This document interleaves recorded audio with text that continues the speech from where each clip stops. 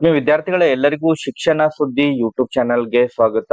ಈ ಒಂದು ವಿಡಿಯೋದಲ್ಲಿ 2025 ಮತ್ತು 26ನೇ ಸಾಲಿನ ಪ್ರವೇಶಾತಿಗಾಗಿ ನವೋದಯ ಪ್ರವೇಶ ಪರೀಕ್ಷೆಯನ್ನ ಬರೆದು ಈಗ ರಿಸಲ್ಟ್ ಗಾಗಿ ವೇಟ್ ಮಾಡ್ತಾ ಇರುವಂತಹ ಪಾಲಕರು, ಪೋಷಕರು ಮತ್ತು ವಿದ್ಯಾರ್ಥಿಗಳಿಗೆ ಆ ಇಲಾಖೆ ವತಿಯಿಂದ ಗುಡ್ ನ್ಯೂಸ್ ಅಂತ ಹೇಳ್ಬೋದು ಸ್ನೇಹಿತರೆ. ನವೋದಯ ವಿದ್ಯಾಲಯ ಸಮಿತಿ ವತಿಯಿಂದ ಗುಡ್ ನ್ಯೂಸ್ ಅಂತ ಹೇಳ್ಬೋದು ಸ್ನೇಹಿತರೆ. ಅನೇಕ ವಿದ್ಯಾರ್ಥಿಗಳು, ಪಾಲಕರು, ಪೋಷಕರು ಕೂಡ ಕಮೆಂಟ್ ಗಳನ್ನ ಮಾಡ್ತಾ ಇದ್ರು. ಸರ್, ನವೋದಯ ವಿದ್ಯಾಲಯ 6ನೇ ತರಗತಿಯ ಎಕ್ಸಾಮ್ ರಿಸಲ್ಟ್ ಅನ್ನ ಯಾವಾಗ ಅನೌನ್ಸ್ ಮಾಡ್ತಾರೆ, ಅದ್ರ ಬಗ್ಗೆ ಮಾಹಿತಿಯನ್ನ ತಿಳಿಸ್ಕೊಡ್ರಿ. ಸೆಲೆಕ್ಷನ್ ಪ್ರೊಸೀಜರ್ ಯಾವ ರೀತಿ ಇರುತ್ತೆ, ಅದ್ರ ಬಗ್ಗೆ ಕೂಡ ಮಾಹಿತಿಯನ್ನ ತಿಳಿಸ್ಕೊಡ್ರಿ ಎಂಬುದ್ರ ಬಗ್ಗೆ ಕಮೆಂಟ್ ಗಳು ಕೂಡ ಬರ್ತಾ ಇದ್ವು. ಸೊ ಆ ಒಂದು ಹಿನ್ನೆಲೆಯಲ್ಲಿ ತಮಗೆ ಇನ್ಫಾರ್ಮೇಶನ್ ಅನ್ನ ಪ್ರೊವೈಡ್ ಮಾಡ್ಲಿಕ್ಕೆ ಈ ಒಂದು ವಿಡಿಯೋನ ಮಾಡ್ತಾ ಇದ್ದೇನೆ. ರಿಸಲ್ಟ್ ಗೆ ಸಂಬಂಧಪಟ್ಟಂತೆ ಕೂಡ ಕೆಲವೊಂದಿಷ್ಟು ಮಾಹಿತಿಗಳು ಲಭ್ಯವಾಗಿದ್ದಾವೆ ಸ್ನೇಹಿತರೆ. ಒಟ್ಟಾರೆಯಾಗಿ ವಿದ್ಯಾರ್ಥಿಗಳಿಗೆ, ಪಾಲಕರ, ಪೋಷಕರಿಗೆ ಗುಡ್ ನ್ಯೂಸ್ ಅಂತ ಹೇಳ್ಬೋದು.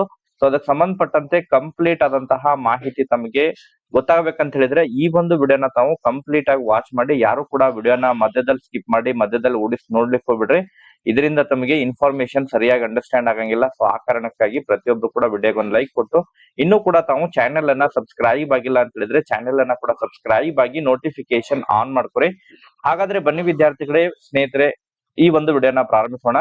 ಹೌದು ವಿದ್ಯಾರ್ಥಿಗಳೇ, ಸ್ನೇಹಿತರೆ, ಈಗಾಗಲೇ ಕಳೆದ ಜನವರಿಯಲ್ಲಿ 2025 ಮತ್ತು 26ನೇ ಸಾಲಿನ ಪ್ರವೇಶಾತಿಗಾಗಿ ನವೋದಯ ವಿದ್ಯಾಲಯ ಪ್ರವೇಶಾತಿಗಾಗಿ ಈಗಾಗಲೇ ತಮ್ಮ ಮಕ್ಕಳು ಪರೀಕ್ಷೆಯನ್ನ ಈಗಾಗಲೇ ಬರೆದಿದ್ದಾರೆ.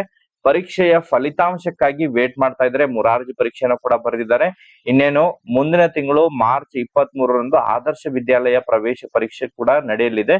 ಈಗ ಮೊದಲನೇದಾಗಿ ಬಹಳಷ್ಟು ವಿದ್ಯಾರ್ಥಿಗಳು ಕಾತುರದಿಂದ ವೇಟ್ ಮಾಡ್ತಾ ಇರೋದು ನವೋದಯ ವಿದ್ಯಾಲಯದ ಫಲಿತಾಂಶಕ್ಕಾಗಿ ವೇಟ್ ಮಾಡ್ತಾ ಇದ್ದಾರೆ. ಸೊ ಅದಕ್ಕೆ ಸಂಬಂಧಪಟ್ಟಂತೆ ನವೋದಯ 6ನೇ ತರಗತಿ ಫಲಿತಾಂಶಕ್ಕೆ ಸಂಬಂಧಪಟ್ಟಂತೆ ಕೆಲವೊಂದಿಷ್ಟು ಗುಡ್ ನ್ಯೂಸ್ ಅಂತೇಳಿ ಹೇಳ್ಬೋದು ವಿದ್ಯಾರ್ಥಿಗಳಿಗೆ, ಪಾಲಕರ, ಪೋಷಕರಿಗೆ. ಯಾಕಂತ ಹೇಳಿದ್ರೆ ಕಳೆದ ಬಾರಿ ಈ 6ನೇ ತರಗತಿಯ ಪ್ರವೇಶ ಪರೀಕ್ಷೆಯ ಫಲಿತಾಂಶವನ್ನ ಮಾರ್ಚ್ 31ನೇ ತಾರೀಕಿಗೆ ಫಲಿತಾಂಶವನ್ನ ಪ್ರಕಟಣೆ ಮಾಡಿದ್ರು. ಬಟ್ ಈ ಬಾರಿ ಫಲಿತಾಂಶವನ್ನ ಅದಕ್ಕಿಂತ ಪೂರ್ವದಲ್ಲೇ ಫಲಿತಾಂಶವನ್ನ ಪ್ರಕಟಣೆ ಮಾಡುವ ಸಂಬಂಧಪಟ್ಟಂತೆ ಕೆಲವೊಂದಿಷ್ಟು ಮಾಹಿತಿಯನ್ನ ಈಗಾಗಲೇ ನವೋದಯ ವಿದ್ಯಾಲಯ ಸಮಿತಿ ವತಿಯಿಂದ ಕೊಟ್ಟಿದ್ದಾರೆ ಸ್ನೇಹಿತರೆ.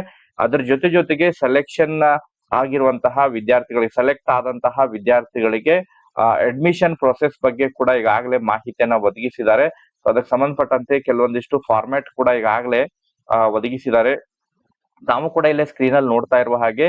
ಸೊ ಇದು ಆಯ್ಕೆಯಾಗಿರುವಂತಹ ವಿದ್ಯಾರ್ಥಿಗಳಿಗೆ ಈಗ ತಯಾರಿಗಾಗಿ, ಯಾಕಂತ ಹೇಳಿದ್ರೆ ಅಡ್ಮಿಷನ್ ಪ್ರೊಸೆಸ್ ಸ್ಟಾರ್ಟ್ ಆತ ಹೇಳಿದ್ರೆ ವಿದ್ಯಾರ್ಥಿಗಳಿಗೆ ಅನುಕೂಲ ಆಗುವಂತಹ ನಿಟ್ಟಿನಲ್ಲಿ ಕೆಲವೊಂದಿಷ್ಟು ದಾಖಲೆಗಳನ್ನ ಫಿಲ್ಅಪ್ ಮಾಡ್ಬೇಕಾಗುತ್ತೆ. ಸೊ ಆ ಒಂದು ಹಿನ್ನೆಲೆಯಲ್ಲಿ ಯಾರೆಲ್ಲ ರಿಸರ್ವೇಶನ್ ಅನ್ನ ಕ್ಲೈಮ್ ಮಾಡಿದ್ದಾರೆ, ಕ್ಯಾಟಗರಿಯನ್ನ ಕ್ಲೈಮ್ ಮಾಡಿದ್ದಾರೆ, SC ST OBC ಕ್ಯಾಟಗರಿಯನ್ನ, OBC ಯಲ್ಲೂ ಕೂಡ ಬಹಳ ಪ್ರಮುಖವಾಗಿ ಈ ಸೆಂಟ್ರಲ್ ಗೋರ್ಮೆಂಟ್ ಲಿಸ್ಟ್ ನಲ್ಲಿ ಇರುವಂತಹ OBC ಯನ್ನ ಸೆಲೆಕ್ಟ್ ಮಾಡಿದ್ರೆ ಮಾತ್ರ ಅಂತಹ ಒಂದು ವಿದ್ಯಾರ್ಥಿಗಳು ಎಲಿಜಿಬಲ್ ಆಗ್ತಾರೆ. ಇಲ್ಲ ಅಂತ ಹೇಳಿದ್ರೆ ಅದನ್ನ ರಿಜೆಕ್ಟೇ ಮಾಡ್ಬಿಡ್ತಾರೆ. ತಾವು ಸೆಂಟ್ರಲ್ ಗೋರ್ಮೆಂಟ್ ಲಿಸ್ಟ್ ನಲ್ಲಿ OBC ಇಲ್ಲ ಆದ್ರೂ ಕೂಡ ತಾವು ಅಪ್ಲಿಕೇಶನ್ ಹಾಕುವಂತಹ ಸಂದರ್ಭದಲ್ಲಿ OBC ಅಂತೇಳಿ ಹಾಕಿ OBC ಅಂಡರ್ ಅಲ್ಲಿ ಸೆಲೆಕ್ಷನ್ ಆಗಿ ತಾವು ಅಡ್ಮಿಷನ್ ಪ್ರೊಸೆಸ್ ನಲ್ಲಿ ಅದನ್ನ OBC ಸರ್ಟಿಫಿಕೇಟ್ ಅನ್ನ ತಾವು ಅವರಿಗೆ ಹಚ್ಚಲಿಲ್ಲ ಅಂತ ಹೇಳಿದ್ರೆ ತಮ್ಮ ಸೀಟು ಕೂಡ ಕ್ಯಾನ್ಸಲ್ ಆಗುತ್ತೆ.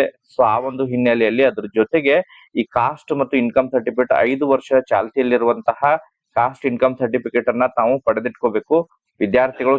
ಯಾಕಂತ ಹೇಳಿದ್ರೆ ಹಲವಾರು ನಮ್ಮ ಒಂದು ಕೋಚಿಂಗ್ ಸೆಂಟರ್ ನಿಂತ ಕೂಡ ಬಹಳಷ್ಟು ವಿದ್ಯಾರ್ಥಿಗಳು, ಪಾಲಕರು ಈ OBC ಗೆ ಸಂಬಂಧಪಟ್ಟಂತೆ ರಿಜೆಕ್ಟ್ ಆಗಿರುವಂತಹ ಬಹಳಷ್ಟು ಪ್ರಕರಣಗಳಿದಾವೆ. ಅದ್ರ ಜೊತೆಗೆ ಈ ಕಾಸ್ಟ್ ಸರ್ಟಿಫಿಕೇಟ್, ಇನ್ಕಮ್ ಸರ್ಟಿಫಿಕೇಟ್ ಅವರ ಒಂದು ಅವಧಿ ಮೀರಿರುವಂತಹ ಕಾರಣಕ್ಕಾಗಿ ಕೂಡ ಬಹಳಷ್ಟು ಸಮಸ್ಯೆಗಳಾಗಿದ್ದಾವೆ.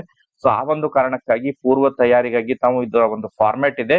ಈ ಒಂದು ಫಾರ್ಮ್ಯಾಟ್ ಅನ್ನ ಕೂಡ ನಾನು ಈ ಒಂದು ವಿಡಿಯೋದ ಡಿಸ್ಕ್ರಿಪ್ಷನ್ ನಲ್ಲಿ ನಮ್ಮ ಒಂದು ಟೆಲಿಗ್ರಾಮ್ ಗ್ರೂಪಿನ ಲಿಂಕ್ ಇದೆ. ಆ ಒಂದು ಟೆಲಿಗ್ರಾಮ್ ಗ್ರೂಪ್ ನಲ್ಲಿ ನಾನು ಇದನ್ನ ಹಾಕಿರ್ತೀನಿ. ಇದನ್ನೆಲ್ಲವನ್ನ ತಾವು ಓದ್ಕೊಂಡು ಇಟ್ಕೋಬೇಕು. ಯಾವಾಗ ಸೆಲೆಕ್ಷನ್ ಫಲಿತಾಂಶ ಬರುತ್ತೆ, ಸೊ ಫಲಿತಾಂಶದಲ್ಲಿ ಸೆಲೆಕ್ಟ್ ಆದಂತಹ ವಿದ್ಯಾರ್ಥಿಗಳು ಮಾತ್ರ ಇದನ್ನ ಫಿಲ್ಅಪ್ ಮಾಡಿ ಅಡ್ಮಿಷನ್ ಪ್ರೊಸೆಸ್ ಸಂದರ್ಭದಲ್ಲಿ ಇದನ್ನ ಕೊಡ್ಬೇಕಾಗುತ್ತೆ.